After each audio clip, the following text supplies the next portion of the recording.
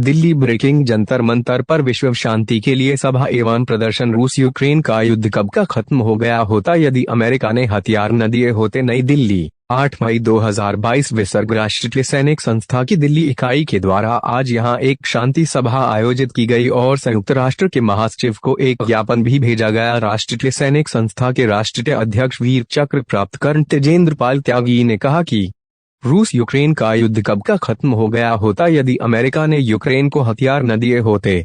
अभी हाल में अमेरिका ने अपने रक्षा मंत्री और विदेश मंत्री को यूक्रेन भेजा, इसलिए नहीं कि युद्ध को रुकवाया जाए, बल्कि नए हथियार देने का भरोसा देकर यह सुनिश्चित करने के लिए कि कहीं यूक्रेन के राष्ट्रीय अध्यक्ष सरेंडर न कर दें।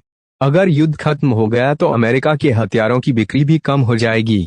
आश्चर्य तब होता है जब संयुक्त राष्ट्र के महासचिव गुटेरेस कीव में आते हैं और उनके होटल के पास रूस मिसाइल दाग देता है और संयुक्त राष्ट्र चुप रहता है।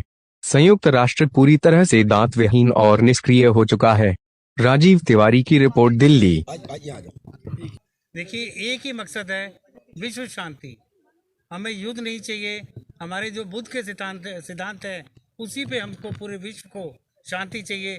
उसी के लिए आज हमने शांति मार्च की माननीय पूर्णिमा जी की अध्यक्षता में और कर्नल साहब की देखरेख में हमारे मार्गदर्शक मकसद सिर्फ एक ही कि शांति चाहिए। अगर आज 2 महीने युद्ध को चलते हुए हो गए, आज नहीं तो 4 दिन बाद, 10 दिन बाद, 15 दिन बाद शांत तो होगा, मगर ये 2 महीने का समय क्यों? तो सर से हमने कहा कि हम भारत के नागरिक हैं। भारत की राजधानी दिल्ली के दिल जंतर मंतर से आज आवाज बुलंद कर रहे हैं। भारत जिसे हम विश्व गुरु सब देख रहे हैं, हम चाहते हैं कि भारत ही इस शांति के लिए आह्वान करे और इसकी पहल करे। और हमें पूरे भारतीयों को विश्वास है कि हम होंगे कामयाब, क्योंकि हमारा यही सोच है।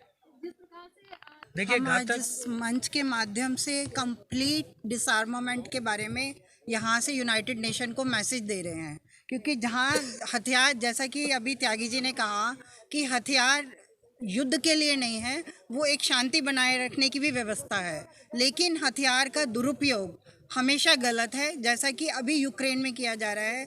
यूनाइटेड नेशन ने और यूएस गवर्नमेंट ने $33 बिलियन के हथियार यूक्रेन को देने की व्यवस्था अभी की है।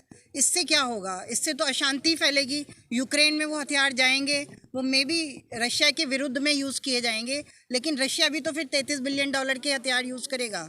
तो मतलब ये है कि $100 बिलियन के हथियार उस भूमि पे यूज़ हो जाएंगे और उस पर मरेगा कौन? आम नागरिक। शांति बिल्कुल संभव है और शांति ही होगी। आप कितना भी युद्ध लड़ लीजिए, कितने भी युद्ध लड़ लीजिए।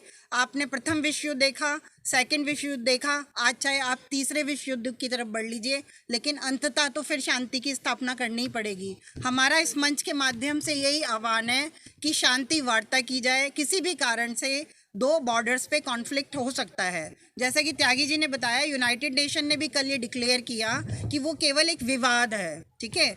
और रशिया की जो मिलिट्री है और डिफेंस मिनिस्ट्री है, मिनिस्ट्री ऑफ एक्सटर्नल अफेयर है, वो लगातार ये कहते आए हैं कि ये मिलिट्री ऑपरेशन था आतंकवाद को डॉनबास में ख़त्म करने के लिए। लेकिन किस तरह से ये एक माध्यम बन गया न्यूज़ का कि उसे युद्ध कहा गया। ये युद्ध नहीं है, ये शांति के लिए एक स्थापित आतंकवाद को ख़त्म करने का एक प्रयास था।